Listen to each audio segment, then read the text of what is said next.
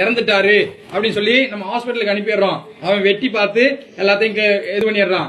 அப்ப இந்த உடம்புல உள்ள இந்த ஆத்மா போன உடனே அடுத்த கணம் பாத்தீங்கன்னா அந்த யமதூதர்கள் போய் யம கிங்கணர்கள் யமபட்டினத்துல யமதர்மராஜா கிட்ட ஒப்படைக்கும் போது யமதர்மராஜா பாப்பாராம், இது சரியான ஆத்மா தானா அப்படின்னு சொல்லி. சரியான ஆத்மாவா இருந்தால் அந்த இடத்துக்கு அவர் சொல்லுவாராம், இந்த யம கிங்கணர்கள்ட்ட அந்த இடத்துல கொண்டு போய் அந்த உடம்பு இருக்கிற இடத்துல விட்டுட்டு 12வது நாள் என் எல்லைக்கு கூட்டிட்டு வா அப்படின்னு சொல்லி அந்த ஆத்மா அந்த உடம்புக்கு பக்கத்துல நின்று கொண்டு அழுது கொண்டே பாக்குமா.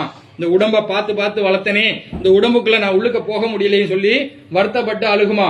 அப்படி அழுகும் போது யார் எந்த சொந்த பந்தம் நமக்கு வந்திருக்கு, எந்த சொந்த பந்தம் நம்ம இல்லைன்னு சொல்லி அழுகுது, எந்த சொந்த பந்தம் நம்ம இல்லைன்னு சொல்லி சந்தோஷமா இருக்கு அப்படின்னு சொல்லி அந்த ஆத்மா அந்த இடத்துல நின்று கொண்டே பாக்குமா. எல்லாரும் இறந்த அன்னைக்கு எல்லாரும் வர முடியாது. யாராவது ஒருத்தர் ஒரு நாளைக்கு வருவாங்க, மறுநாள் வருவாங்க, இப்படி 16 நாள் வரைக்கும் வருவாங்க. கருமாதி செய்யற வரைக்கும் தூரத்துல இருந்து வர்றவங்க எல்லாம் வருவாங்க. அதனாலதான் அந்த ஆத்மா அந்த 12 நாள் அந்த வீட்டுல இருக்குமா.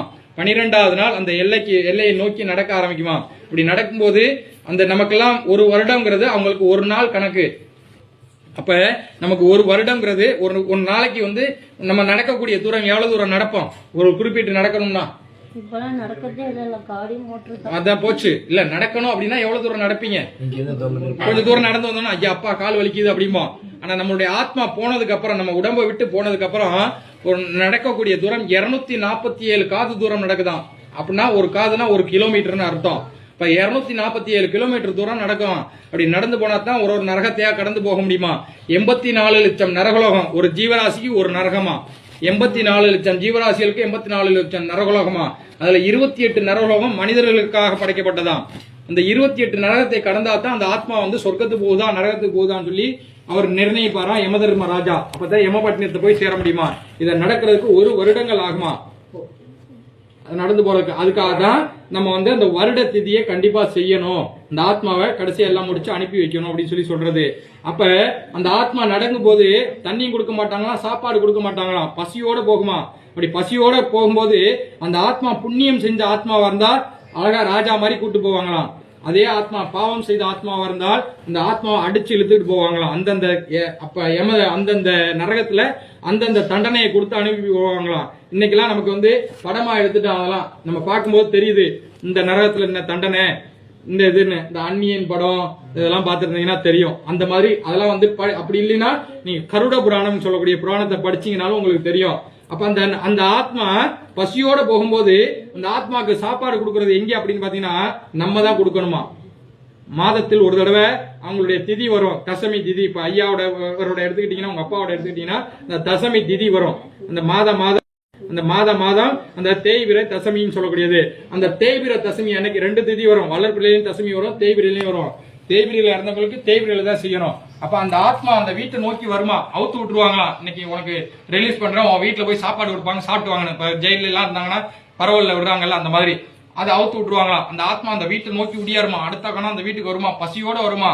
வரும்போது நம்ம ஒரு நேரம் சாப்பிடலாம் கூட நமக்கு ரொம்ப பசியா இருக்குது. அந்த ஆத்மா ஒரு திதி வரைக்கும் சாப்பிடாம இருக்குமா. அப்ப அந்த இடத்தை நோக்கி அந்த ஆத்மா வரும்போது நம்ம இந்த மாதிரி சோறு உருண்டை பிடிச்சிங்கல்ல, அந்த மாதிரி பிடிச்சு வீட்டு வாசல்ல வச்சு சூரிய பவனை பார்த்து வணங்கும் போது அந்த ஆத்மா அந்த உருண்டையில் உள்ள சத்துக்களை உறிஞ்சி எடுத்துக்கொண்டு அந்த வீட்டிலே இருந்துட்டு திருப்பி போகுமா. அன்னைக்கு ஒரு நாள் அந்த வீட்டுல இருந்துட்டு திருப்பி போகுமா. எந்த இடத்துல இருந்து வந்துச்சோ அந்த இடத்துக்கு போயிருமா. இப்ப கோலம்பூர்ல இருந்தா கோலம்பூர், அந்த மாதிரி ஒரு இடம் எங்க இருந்து வந்ததோ அந்த இடத்துக்கு போயிருமா. போன உடனே அங்கே உள்ள யம கிங்கணர்கள் கேட்பாங்க, அன்னைக்கு நீ வீட்டுக்கு போனியே உன் பிள்ளைங்க என்ன கொடுத்தாங்க, உன் சொந்த பந்தம் உனக்கு என்ன கொடுத்துச்சு அப்படின்னு.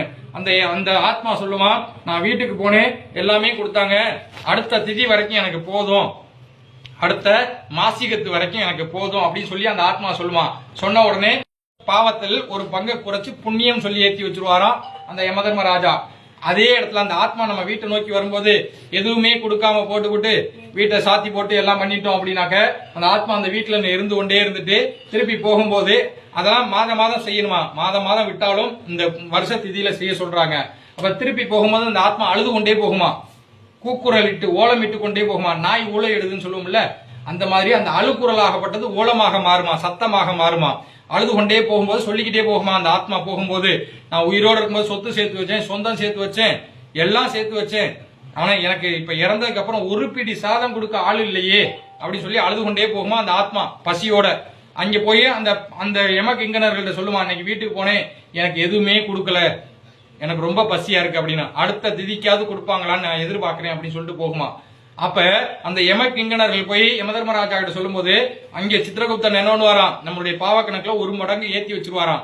இன்றைக்கு நம்ம சொல்லுவோம், நான் உயிரோட இருக்கும்போது பாவமாவது புண்ணியமாவது, நான் செத்து போனதுக்கு அப்புறம் என்ன தெரிய போகுது அப்படின்போம்.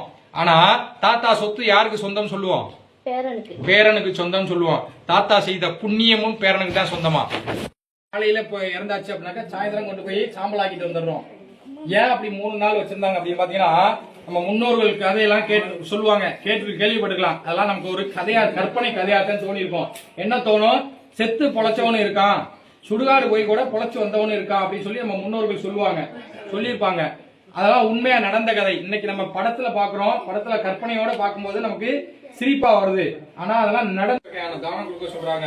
வருஷம் இந்த 5 வகையான தானம் என்னென்ன அப்படின்னு பாத்தீங்கன்னா, கோதானம் சொல்லக்கூடிய பசுமாடு தானம் பண்ணணும், பூதானம் சொல்லக்கூடிய நிலம் தானம் பண்ணணும், சொர்ணதானம் சொல்லக்கூடிய தங்கம் இல்ல வெள்ளி ஏதாவது தானம் பண்ணணும், அன்னதானம் வஸ்திரதானம் சொல்லக்கூடிய உடுப்பு தானம் பண்ணணும், அன்னதானம் சொல்லக்கூடிய காய்கறிகள் இந்த சமைச்சு சாப்பிடக்கூடிய பொருட்கள் தானம் பண்ணணும்.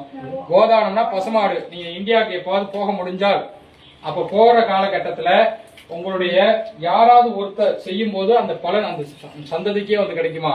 எதாவது ஒரு கிராமத்துல போய் அந்த இடத்துல மாடு கண்ணுக்குட்டியும் வாங்கி கொடுக்கணுமா. அந்த கோதானம் சொல்லக்கூடிய வாங்கி கொடுத்து ஏழை ஒருத்தர்கிட்ட கொடுத்து அவங்க அதை வச்சு பால் கறந்து அந்த பாலை வித்து அதுல இருந்து வரக்கூடிய காசு சாப்பிடுற மாதிரி இருக்கணும். நீங்க மாட்டை வாங்கி கொடுத்துட்டு அங்கிட்டு வித்து விட்டு போற மாதிரி இருக்கக்கூடாது. அந்த மாதிரி உள்ளவங்களுக்கு தானம் பண்ணணுமா. நீங்க நான் போய் ராமேஸ்வரத்துல போய் பசுமாடு தானம் பண்ணணும் அப்படின்னாக்கா அதுல பலன் கிடையாது. ஏன்னு கேட்டீங்கன்னா, ராமேஸ்வரத்துல ஒரு நாளைக்கு 100 பேர் அங்க வந்து இந்த பூஜை பண்ணிக்கிட்டு இருப்பாங்க. ஒரே ஒரு மாடு தான் இருக்கும். இங்க வந்தோம்னா உங்கள்ட்ட கொடுப்பாங்க, அங்கிட்டு போனோம்னா அங்கிட்டு கொடுப்பாங்க, இங்கிட்டு போன இப்படியே அந்த ஒரு மாடு தான் காலையில இருந்து சாயந்தரம் வரைக்கும் இருக்கும். அப்ப அதுல தானம் கொடுத்ததுல பிரயோஜனம் கிடைக்காது.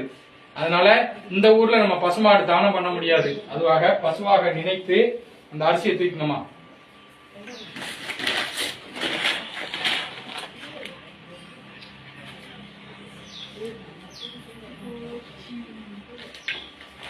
சமமா பிடிச்சிக்கணும், கொஞ்சம் நோக்கி வச்சுக்கணும், அவரை கொடுத்து